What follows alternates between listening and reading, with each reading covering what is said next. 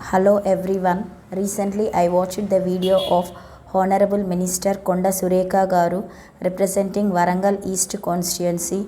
As I am from the same constituency, I felt hardened by the derogatory comments and abusive comments made on famous Indian actress Samantha Ruth Prabhu.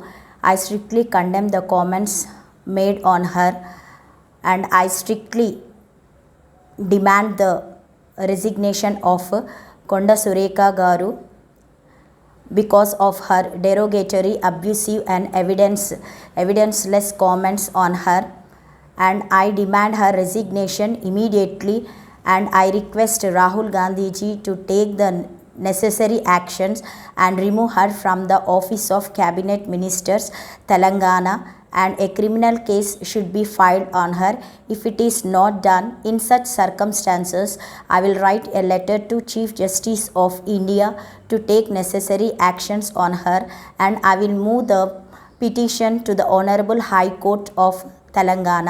ఒక మంత్రి స్థానంలో ఉండి ఇలాంటి అసభ్యకరమైన, నీచమైన, సభ్య సమాజం తలదించుకునేలా మాట్లాడడాన్ని నేను తీవ్రంగా ఖండిస్తున్నాను.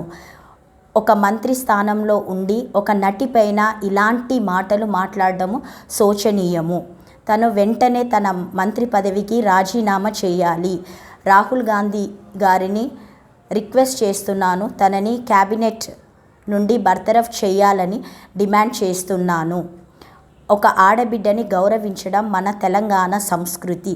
అలాంటిది ఒక మంత్రి స్థానంలో ఉండి ఇలాంటి వ్యాఖ్యలు చేయడం చాలా బాధాకరము.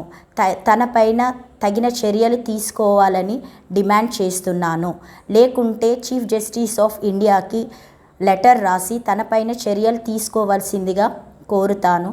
తన మీద హైకోర్ట్ ఆఫ్ తెలంగాణలో పిటిషన్ వేయడం జరుగుతుంది. ఇట్లు అడ్వకేట్ రూపా పోలేపాక.